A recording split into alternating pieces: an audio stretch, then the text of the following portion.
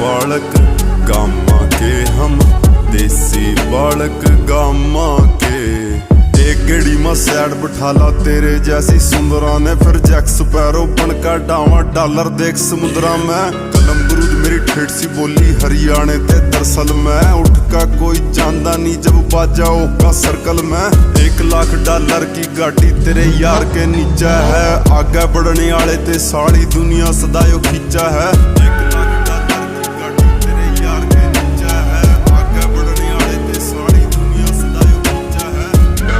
वैसे अपने बोलू तो मगा हरियाणा में गाल प्यार तो क्या करे, जब छो आ जाए ना जब मारा करे गाल ना बक्या करे। मारी रीस तू के करेगी हम, देसी बालक देसी बालक गामा के हम, देसी बालक गामा के।